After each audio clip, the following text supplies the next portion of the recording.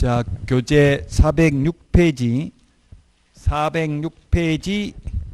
개업공개사 기본 확인사항입니다. 기본 확인사항. 자, 우리 확인 설명해야 될 사항이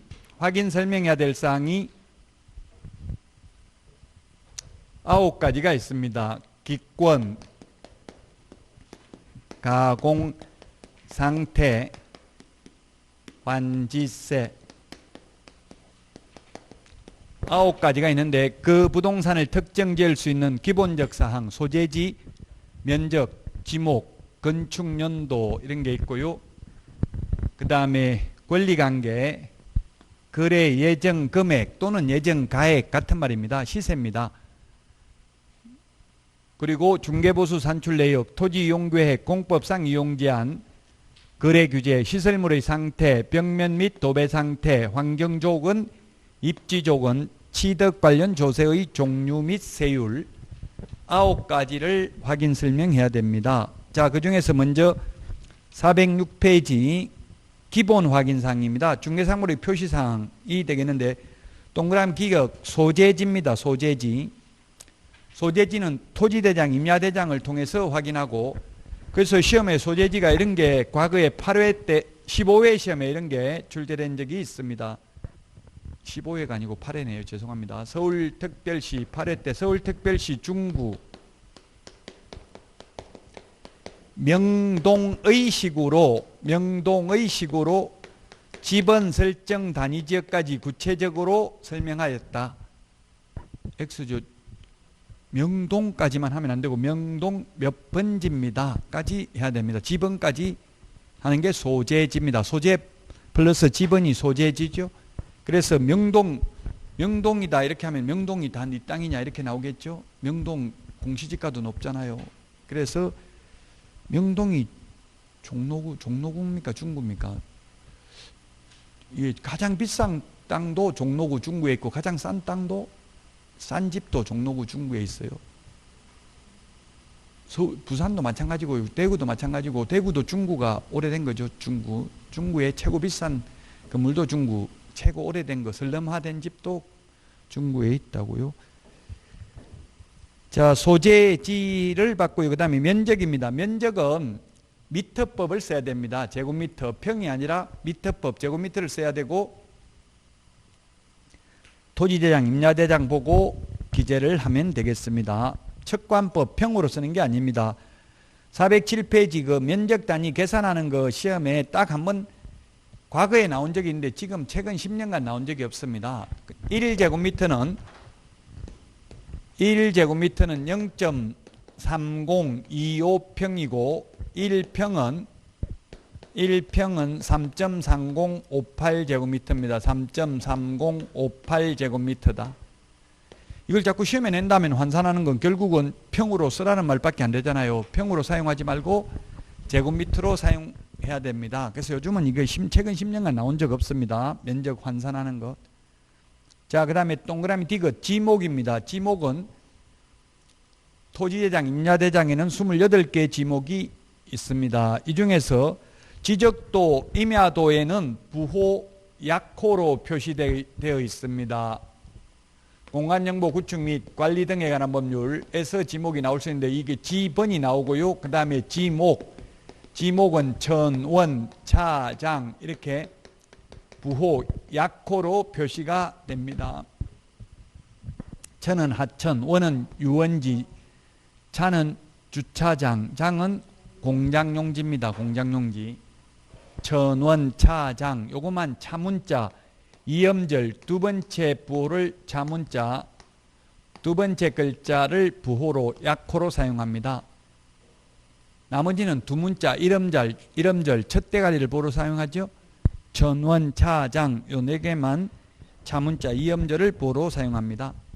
그래서 현업에서 보면 지목은 전으로 되어 있는데 실제 대로 집터로 사용하고 있는 경우에는 그렇게 그대로 적어주면 돼. 두 개 다. 공부상 지목은 전이고 실제 대로 사용하고 있으면 이렇게 항상 둘 다 적어주는 게 바람직합니다. 실무상 지금 실무인데 실무는 뭐뭐만 하면 충분하다. 이거는 거의 X입니다. 가급적이면 여러 가지를 하는 게 좋다. 동그라미 미음의 경계입니다. 경계는 지적도 임야도 상의 선이 경계입니다. 이 지적도 임야도 상의 선이 이게 1번지, 그래서 4번지는 이렇게 이게 경계가 되겠죠. 지적도 임야도 선의 선이, 임야도 상의 선이 경계다. 이게 도각선, 지적도 임야도 도각선 경계. 그래서 지적도 임야도에는 면적이 얼마인지 소유자가 누군지는 알 수 없죠. 지금 이게 구체적인 거는 이제 지적법에서 하고요. 우리는 계략적인 실무가 자세하게 강의하려면 저 혼자 전 과목 다 강의해야 돼요. 그래서 계략적인 내용만 보도록 하겠습니다. 그 다음에 지형입니다. 409페이지 지형. 지형은 땅이 생긴 모양, 형태를 지형이라고 합니다. 지형. 땅이 생긴 형태도 지적도 임야도를 통해서 확인할 수 있죠. 생긴 모양, 지형. 그런데 지세, 지세는 기울기 경사도가 지세입니다. 경사도, 기울기가 지세라고요. 그래서 지적도 임야도를 통해서 지형과 지세를 확인하였다 하면 X입니다. 지세는 현장 답사나 또는 등고선이 표시되어 있는 지형 도면을 통해서 확인해야 됩니다. 지형도를 통해서. 지세는 지적도 임야도를 통해서 확인할 수 없다. 자, 그 다음에 410페이지 건축물 소재지는 건축물 대장, 면적은 역시 건축물 대장, 구조, 건축물 대장, 용도도 건축물 대장, 건축연도도 건축물 대장. 그런데 시험에 동그라미 비읍의 방향, 내진 설계도 건축물 대장 통해서 확인하고요. 방향, 즉 건축물 대장을 통해서 확인할 수 없는 것은 이런 게 시험에 출제가 됐는데요. 건축물 대장을 통해서 확인할 수 없는 것은 방향, 그 다음에 건축 설비. 시험에 나왔던 거 한 번이라도 노후 정도. 이건 세 개는 건축물 대장을 통해서 확인할 수 없다. 현장 답사 등을 통해서 확인을 해야 됩니다. 412페이지 그 표에 있는 거 내진 설계 이런 거는 안 나옵니다. 시험에 나온 적이 없습니다. 앞으로 절대 안 나온다고는 단정할 수 없지만. 자, 그 다음에 413페이지 권리관계입니다. 양가로 2번의 권리관계. 권리관계는 역도 등기법입니다. 이제 등기법. 권리관계는 등기부를 보면 표제부, 갑구, 을구가 있습니다. 표제부에는 부동산의 표시사항이, 갑구는 소유권에 관한 사항이, 그 다음에 을구는 소유권 외의 권리관계가 나타납니다. 그래서 시험에 가압류, 가처분 등기를 확인하려면 갑구 봐야 되는가 을구 봐야 되는가 이런 게 시험에 출제됐습니까? 뭘 봐야 돼요? 예, 둘 다 봐야 됩니다. 해당 구 상란을 봐야 됩니다. 즉 소유권을 가압류했으면 갑구 봐야 되고요. 제한물권을 가압류했으면 을구를 봐야 됩니다. 해당 구 상란을 모두 보셔야 되겠습니다.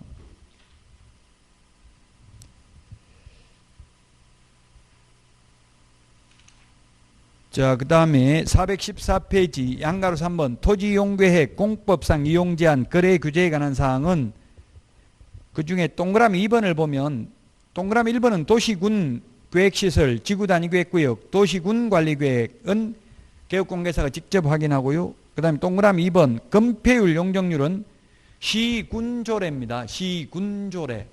시군구조례가 아니라 시군조례입니다. 그래서 구청장보다는 군수가 더 파워가 있죠. 시장 군수가.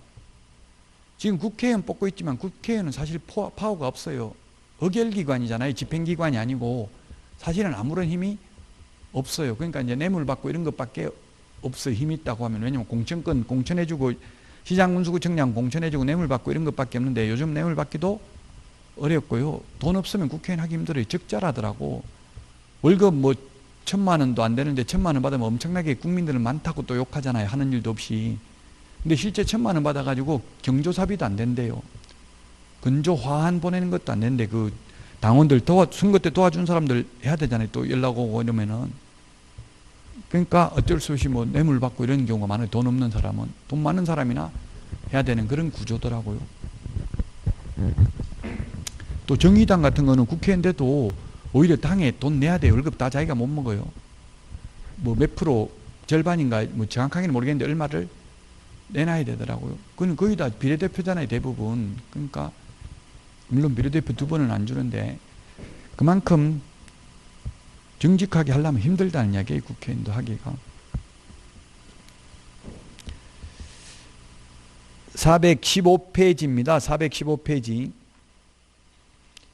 토지거래 허가구역 여부, 이것도 토지용계획 확인서 통해서 확인하면 되고요. 그 다음에 동그라미 4번, 그 밖에 이용제한, 거래 규제에 관한 사항 역시 토지용계획 확인서, 토지용계획 확인서를 통해서 용도, 지역, 지구, 구역을 확인하는데 이 토지용계획 확인서에 모든 용도, 지역, 지구, 구역이 모두 다 나타난 것은 아닙니다. 철도, 보호지구, 학교, 환경위생정화구역 등은 나타나지 않습니다. 그 다음에 입지 조건인데 도대주 교판이라고 했죠. 아까 도대주 교판, 일의 서식은 도대주 교판 네, 5개입니다. 자, 그 다음에 양가로 5번 관리에 관한 사항, 경비실이 있는지 이런 거 관리에 관한 사항이다. 그 다음에 6번 비선호시설, 비선호시설은 1의 서식과 3의 서식에만 해당된다고 했죠. 그 두 번째 줄 낙골당이라고 적어놨는데 낙골당은 지금 봉안당으로 이름이 바뀌었습니다. 봉안당. 뭐가 비선호시설인지 규정이 없다고요. 이게 비선호, 좋아하지 않는 것은 호불, 개인의 호불호가 있잖아요. 그래서 무조건 개업공개사는 민원 제기하면 이거 위반될 가능성이 많아요. 비선호시설 왜 설명 안 했냐? 근데 개인 취향이 다 다른데 뭘 좋아하는지 안 좋아하는지 알 수가 없죠. 근데 요즘 뭐 아파트 짓는 거 거의 다 산 밑에 지어놓으면 묘 안 보이는 데가 없어요. 묘 다 있죠, 산에 웬만한 산은. 그런 것도 왜 비선호시설 설명 안 했냐 이렇게 하면 문제될 수가 있다는 이야기예요. 그래서 보통 뭐 그런 걸 많이 적더라고. 현 시설 상태 그대로 인수하기로 함, 이런 걸 포괄적인 걸 적어 놓으면 이제 그게 다 설명했다는 취지로 나중에 좀 어느 정도 향변은 되기는 합니다.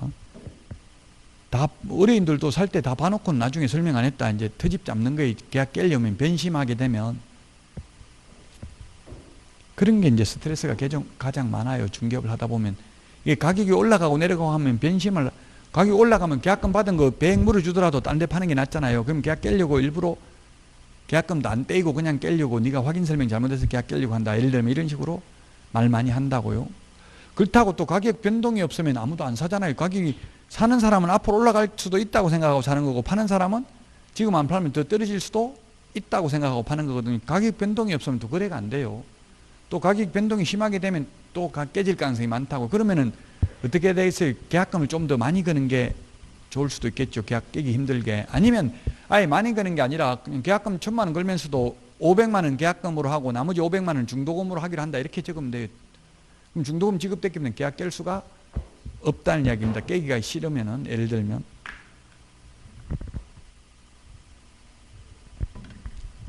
자, 그 다음에 양가로 7번 거래 예정 금액은 일종의 시세라고 했습니다. 개업공개사가 계략적으로 평가한 금액. 양가로 8번 취득시 부담할 조세의 종류 및 세율 설명해야 되고요. 그 다음에 개업공개사의 세부 확인사항. 세부 확인사항은 현장 답사를 하거나 의뢰인에게 자료 요구해서 확인해 가지고 기재합니다. 의뢰인이 안 알려주면 개업공개사 혼자는 알 수 없다고 했죠. 세부 확인사항은 예를 들면 산에 묘가 몇 개 있는지 물론 현장 답사하면 알긴 알지만 그렇다고 나무 산을 샅샅이 다 뒤질 수는 없죠. 비용이 엄청나게 드니까. 자, 그 다음에 양가로 2번 내외부 시설물의 상태, 이런 것도 세부 확인사항입니다. 거기에 동그라미 4번에 이게 소방, 단독 경보용 감지기, 이게 1의 서식, 아파트를 제외한 주거용 건축물 기재된다고 했죠. 아파트는 제외된다는 것을 주의하셔야 되겠습니다. 그 다음에 419페이지 그 니은에 보니까 비주거용의 경우에는 단독 경보용 감지기 대신에 소화전 비상벨을 기재합니다.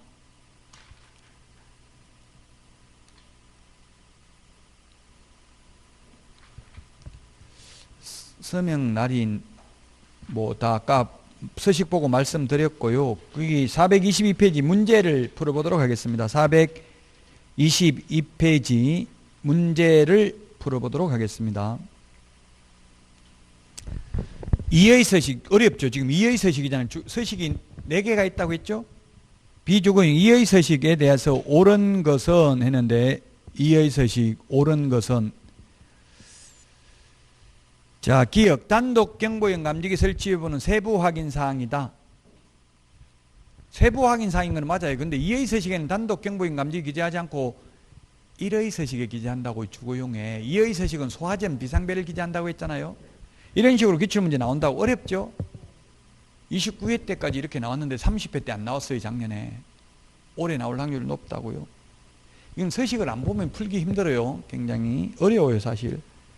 이렇게 나오면 공부가 어느 정도 공부라는 게 이게 참 지식을 요하는 게 아니라 서식 보고 풀어야 되니까 힘들다고요. 니은의 내진 설계 적용 여부는 기본 확인 사항이다. 예. 내진 설계는 1, 2의 서식 모두 건축물 대장 보고 기재하면 되니까 주인한테 안 물어봐도 됩니다. 주인한테 물어보면 주인도 몰라요. 자기가 지은 집이 아니고 남이 지어놓은 집 샀으면 모르잖아요. 내진 설계 됐는지 안 됐는지. 니은은 맞고요. 그 다음에 디귿에 실제 권리관계 또는 공시되지 아니한 물건의 권리에 관한 사항은 세부 확인 사항이다. 맞죠? 유치권, 분묘기지권, 법정지상권 이런 거는 물어봐야 돼. 주인한테. 세부 확인 사항입니다. 리얼의 환경조건 1소진, 1조 소음 진동 환경조건 1의 서식만 기재된다고 했죠? 1소진 환경조건은 그래서 틀렸고 맞는 것은 답이 3번이 되겠습니다. 3번. 2번. 기본 확인사항에 해당하지 않는 것은 답은 2번입니다. 실제 권리관계 공시되지 않는 거 이거는 예를 들면 등기 안 된 임차권도 세부 확인사항이라고 했죠. 등기 안 된 임차권 보증금이 얼마인지 이런 거 주인이 안 알려주면 알 수가 없잖아요. 분묘기지권, 법정지상권 이런 거 다 실제 권리관계에 해당됩니다. 따라서 2번이 정답이 되겠습니다. 424페이지입니다. 424페이지 부동산 거래계약입니다. 민법에서는 계약서를 반드시 문서로 적을 필요 없죠. 민법에서 반드시 문서로 서면으로 해야 된다. 무조건 X입니다. 전부 구두로 해도 됩니다. 민법은. 그러나 공인중개사법상은 반드시 계약서를 문서로 작성해야 됩니다. 안 하면 공인중개사법 위반으로 업무정지입니다. 자, 2번 매매에 관한 비용인데요. 매매에 관한 비용.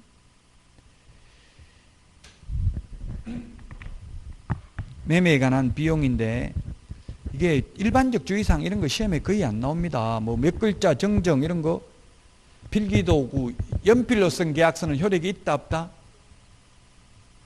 말로 해도 효력이 있는데 연필로 써도 계약 효력은 있죠. 시험에 안 나온다고 그런 거는 거의. 근데 효력은 있는데 위변조 가능성이 있으므로 가급적이면 안 하는 게 좋겠죠. 잘 안 지워지는 걸로 적는 게 좋겠죠. 근데 요즘은 이런 게 시험에 안 나오는 게 옛날에는 먹지대고 적고 했는데 요즘은 컴퓨터로 다 출력하잖아요. 그래서 이런 게 시험에 거의 안 나와요. 요즘은. 법조문에 없는 거, 근거가 없는 거는 논란의 여지가 있는 거는 시험에 안 나온다고요. 뭐 연필로 적으면 된다 안 된다 이런 거 시험에 거의 안 나와요. 자, 2번 매매 계약에 관한 비용은 쌍반 균분입니다. 예를 들면 감정평가 비용이나 청량 비용은 매도인 매수인이 균등하게 부담하는 게 원칙이라고요. 다만 뭐 매수인이 부담하기로 한다 이렇게 특약을 했으면 매수인이 부담해야 되겠죠. 그 다음에 425페이지 거래 당사자 확인입니다. 거래 당사자 확인. 진정한 소유자인지 확인해야 됩니다. 거래 당사자는. 그래서 우리 개업공개사는 개인정보 제공 동의하냐 이런 거 물을 필요 없어요. 그냥 신분증 달라고 하면 돼요. 개인정보 동의서 안 받아도 됩니다. 왜? 법적 근거 없이는 개인 식별 번호를 수집, 처리, 가공하면 안 되지만 우리 공인중개사법에 신분증 제시 요구할 수 있다라고 되어 있어요. 본인 확인하기 위해서. 그래서 신분증 보자고 해도 우리 뭐 마스크 살 때도 신분증 보자고 하잖아요. 그거 해도 위반이 아니죠. 개인정보 동의하냐 이런 거 안 하고 그냥 마스크 신분증 보자고 하더라고요. 이번 투표하는 수요일 날은 모든 사람이 마스크 다 살 수 있대요. 요일과 3일 뒤 끝자리가 3, 8 아니라도 수요일 날 마스크 사는 거는. 그 대신에 그렇다고 해서 수요일도 사고 또 자기 요일도 사고 그건 아니고 일주일에 2개밖에는 못 사요. 우리나라는 그래도 라면, 휴지 이런 거는 사재기 하는 거는 없죠. 외국에는 텅텅 다 비어 있더라고. 휴지 이런 거 다 사가지고 와서. 미국도 보니까 막 머리채 잡고 싸우고 이렇게 하더라고. 휴지 가지고.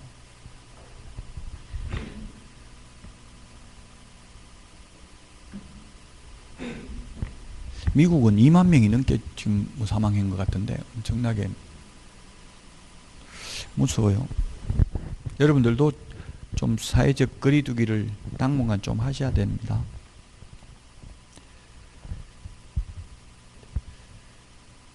자, 그래서 거래 당사자 확인을 해야 되고요.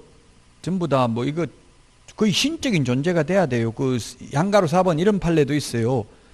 주택조합, 지역조합 이게 제대로 분양할 능력이 있는지 이런 것까지 조사하라고 했는데 그 사실 알기 거의 불가능이죠. 부도나고 도망갈 건지 다 지어서 분양할 능력이 있는지 이런 것까지도 확인하라고 돼 있어요. 그러니까 거의 신적인 존재가 돼야 돼. 이걸 어떻게 다 아냐고요. 사실 부도내고 갈지 제대로 지어가지고 분양할지 이런 것까지. 지역주택조합은 부도나는 게 굉장히 많죠. 끝까지 공사 못하는 경우가 많아요. 땅도 아직 매입 안 된 상태에서 조합은 모집해가지고 거의 30%도 안 되더라고 확률이. 저도 지역주택조합 하나 사가지고 마음고생을 많이 했어. 이게 처음에는 싸다고 해서 샀는데 나중에 보니까 뭐 추가 분담금 더 2천만 원씩 가구당 더 내라 하더라고. 따지고 보니까 일반 분양이나 똑같아요. 그 마음고생한 거 생각하면 차라리 일반 분양 받는 게 나을 수도 있어요. 그 대신에 일반 분양보다는 동호수는 좋은 걸 먼저 갖잖아요. 조합원들이 동호수를 먼저 갖는 그런 건 점은 있어요. 근데 조합원들은 옵션 비용 이런 것도 다 추가로 내야 되는데 일반 분양은 옵션도 공짜로 그 발코니 확장 이런 것도 공짜로 해주고 이렇게 하더라고. 무이자 그리고 이자도 무이자고 조합원들은 이자도 다 내야 되고 그 뭐 평당 뭐 얼마씩 싸다 말은 이렇게 선전했는데 보니까 결국은 거의 비슷하더라고요. 어쨌든 교육공에서는 여기까지 다 확인해야 돼요. 조합 그 4번에 있는 것처럼 조합주택 분양할 능력이 있는지 나중에 부도내고 도망갈지 안 갈지 이런 것까지도 다 설명해야 돼요. 그 다음에 3번 분양권 이런 것도 진정한 소유자가 맞는지 어떤 게 있었냐면 분양권을 거래했는데 그 계약금만 받고 이제 그 명의 변경하러 모델하우스 같은 데 이런 데 가잖아요. 보통 모델하우스나 이런 데 가죠. 주택조합이나 이런 데 사무실에 가잖아요. 명의 변경하러 갔는데 안 나타나는 거예요. 매도인이. 그래가지고 이 사람 분양받은 거 뭐냐 보니까 아니다. 수분양자? 아니다. 이렇게 나온 거예요. 그럼 개업공개사 손해배상 책임이 있다는 이야기예요. 그 참 힘들죠. 그거는 이게 분양받은 자만이 분양 계약서만 보여주면 그게 분양권 그것만 보면 그냥 당연히 이 사람이 진짜 분양받은 게 맞겠지 했는데 그 분양 사무실에 수분양자가 맞는지 분양받은 사람이 맞는지 확인도 해봐야 돼. 만약에 모델하우스 이런 데 전화해보면 아마 이게 개업공개사인데 하고 알려줄 거예요. 지역조합도 마찬가지고 분양권이 만약에 거래가 가능하다면 반드시 미리 계약서 쓰기 전에 확인해 봐야 되겠죠. 수분양자, 분양받은 사람이 맞는지. 남은 물건 이렇게 팔아먹고 도망간 사람도 많이 있다고. 그럼 개업공개사 책임져야 됩니다. 거래 권한을 확인해야 된다. 무능력자와 거래에서 확인사항입니다. 미성년자 피한정 후견인하고 계약할 때는 그 법정 대리인하고 계약을 해도 되고 또는 법정 대리인의 동의를 받았으면 미성년자나 피한정 후견인하고 계약해도 상관없죠. 근데 피성년 후견인하고는 계약을 피하고 그 법정 대리인하고 해야 됩니다. 피성년 후견인하고 하면 법정 대리인의 설령 동의를 받았다 하더라도 그는 법률행위 취소할 수 있습니다. 피성년 후견인의 법정 대리인은 대리권만 있지 동의권은 없습니다. 이 피라는 말 지금 피성년 후견인, 피성년 후견인도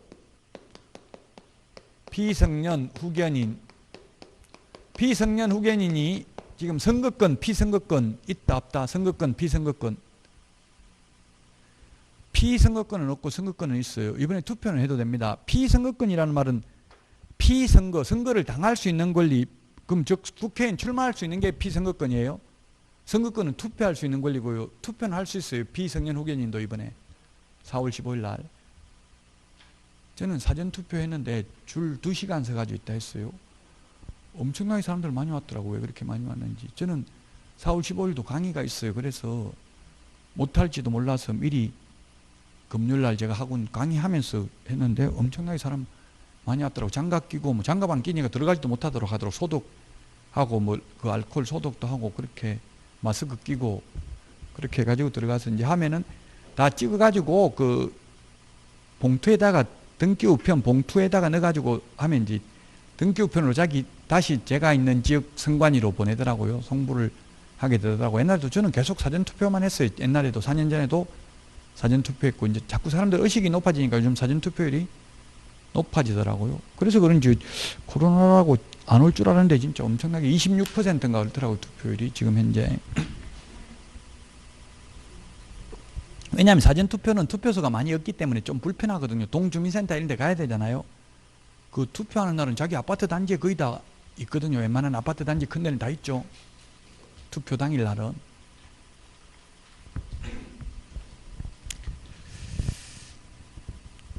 그 국회의원 개인 뽑는 거 한 명 있고 비례대표 뽑는 거 용지가 2개예요. 비례대표 그 이상하게 원래 당은 51개인가 52개, 50 몇 개거든요. 50 한 서너 개 되는데 출마한 건 30 몇 개밖에 안 되더라고요. 그렇게 길지 않더라고요. 뭐 키 작은 사람 다 들지도 못하는다고 했는데 보니까 별로 안 길더라고. 그렇게 50 원래 당이 50 몇 개 당이 있거든요. 근데 다 후보를 안 냈나 봐요. 30 몇 개밖에 안 되더라고. 그리고 1번, 2번은 또 없으니까 3번부터 시작하니까 1번, 2번은 비례대표 후보는 안 냈잖아요. 1번, 2번 당은. 그래서 별로 어려움은 없더라고요. 인증샷 그 도장은 손에 이런 거 찍어와도 되는데 누구 투표했는지까지 하면 처벌받아요. 그래서 봉투 같은 거 이게 그런 거 그냥 빈 용지 이런 건 찍어와도 돼. 누구한테 투표했는지 그것만 안 밝히면은. 투표했다는 거는 인증샷을 해가지고 SNS에 올려도 됩니다. 그냥 손바닥에다 그 도장 그냥 찍히더라고. 무조건 빨간색으로 이렇게 사람 인자 돼 있는 것 같더라고요. 빨간색으로. 인자라고요? 입이라는 거구나. 무슨 뜻이에요, 입이? 그냥 입자에 그 인이 아니고. 난 사람 인자인 줄 알았는데 아니랬구나. 아니 저는 걱정되더라고요. 또 찍어가지고 잘못 접으면 이게 번져가지고 다른데 엉뚱한 데 가는 거 아니야 싶어서 말린다고 한참 한 1분 정도 말려가지고 봉투에 넣는데 그게 그냥 바로 해도 잘 번지진 않나 봐요. 왜냐면 무효표도 많이 나오니까.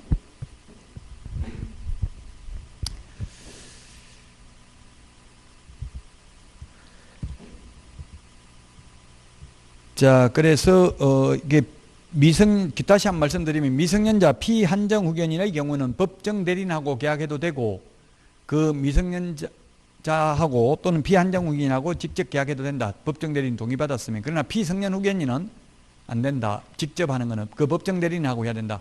그 상태 심각한 게 피성년 후견인이죠. 피성년 후견인은 지속적으로 결여된 자입니다. 지속적 이 말이 들어가죠. 지속적으로 사무처리 능력이 결여된 자로서 본인, 배우자, 사촌인의 친족, 검사 등의 청구에 의해서 가정법원으로부터 성년 후견, 개시, 심판을 받은 자를 피성년 후견이라고 해요. 받은 자, 당한 자가 피성년 후견이에요. 선거를 당한 자가 피선거권이라고 했죠. 그래서 보살펴 주는 사람을 성년 후견인, 보살핌을 받아야 되는 사람이 피성년 후견인이라고요. 옛날에 신격호 롯데 회장이 피한정 후견인이었잖아요. 한정 후견 개시 심판을 받은 자입니다. 426페이지. 제한 능력자의 행위는 취소할 수 있다. 그리고 이 취소는 선의의 제3자에게도 대항할 수 있다. 절대적 취소 사유죠. 절대적 취소. 선의의 제3자에게도 대항할 수 있다. 그 절치인데 민법상 절치하고 공인중개사법상 절치는 달라요. 공인중개사법은 반드시 취소해야 한다는데 절치인데 민법은 취소할 수 있죠. 하야하는 거는 없고 법률이 취소 안 하고 추인해도 되잖아요. 예. 자, 그 다음에 이게 제한능력자는 가족관계 등록부를 통해서 확인해야 된다 했는데 예, 가족관계 등록부에는 미성년자만 확인할 수 있어요.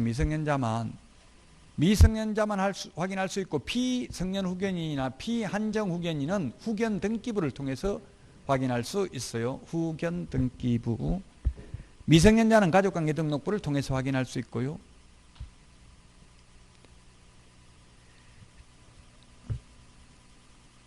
자, 그 다음에 미성년자는 가족관계 등록부 제가 말 잘못했네요. 미성년자는 주민등록증 봐야 돼요. 가족관계 등록부가 아니고 미성년자인지 여부는 주민등록증 봐야 된다고요.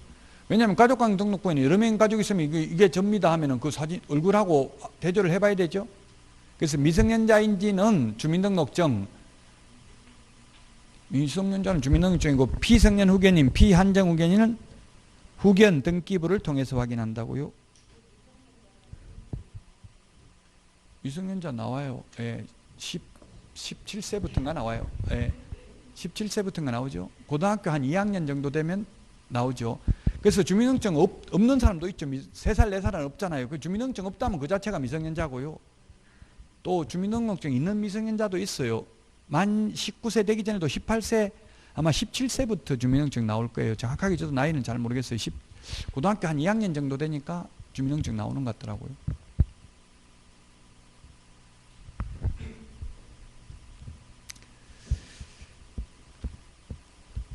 자, 그 다음에 의사무능력자의 법률행위는 시험에 안 나옵니다.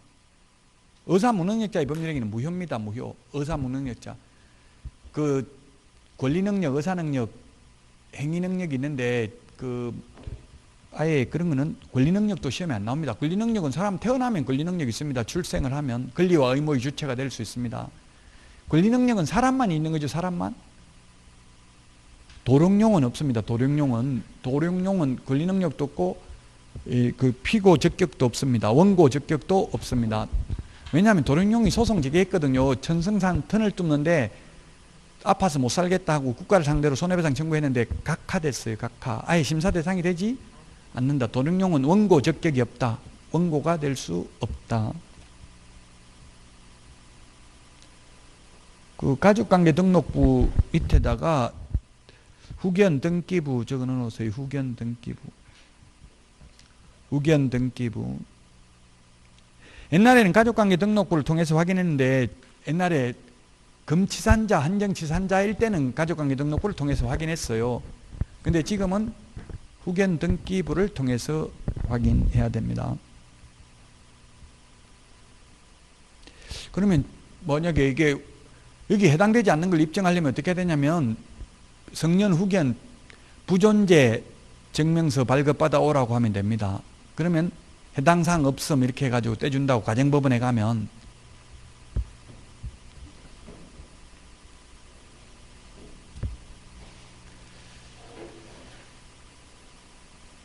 자, 그 다음에 법인 등과의 거래. 법인하고 거래할 때는 법인격 유무와 해당 법인 대표자인지 여부를 확인해야 됩니다. 법인격 유무는 등기된 법인은 법인 단독 소유고요. 등기 안 된 법인은 비법인 사단 총류라고 하죠. 등기 안 된 법인은 등기된 법인은 법인 단독 소유니까 법인 대표자와 계약하면 됩니다.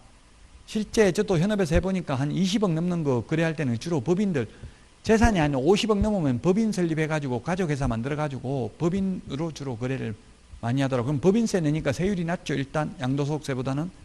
그리고 또 비용 절감하기도 쉬워요. 보니까 제가 했던 손님은 나이 한 70 넘으신 여자분이 회장이고요. 사위가 대표이사, 아들은 부회장이더라고요. 아들은 보니까 아들은 슬리퍼 끌고 와가지고 보니까 좀 제한능력자처럼 그렇던데 어쨌든 그 사위가 더 똑똑한 것 같아. 사위를 대표이사 시킨 거 보니까. 부회장보다 등기된 대표이사가 더 힘이 세잖아요. 부회장은 뭐 직책만 부회장이지 아무것도 하는 거 없어요. 그냥 유지비만 주고 그러더라고. 품위 유지비 이런 것만. 권한은 대표자한테 있다고. 등기된 이사한테, 대표이사한테. 그러면 비용 처리하기도 쉽죠. 과적회사니까 전부 다 뭐 차량 유지비 다 지급하고 이렇게 하면 또 사무실도 자기 개인 사무실을 법인한테 임대하는 거예요. 결국은 자기가 자기한테 임대하는 거나 똑같아요. 자연인 박용덕이 법인 박용덕에게 임대를 한다고 그래가지고 임대료 엄청나게 비싸게 받고 지금 김영삼 전 대통령도 김영삼 재단에 다 기부했잖아요. 재산을. 결국 자기가 자기한테 기부한 거나 마찬가지예요. 이명박 전 대통령도 청계재단에 기부했어요. 청계재단이 자기 어머니 홍가 그렇더라고요. 결국 자기가 자기한테 기부한 거나 마찬가지라고 봐야 돼요. 거의.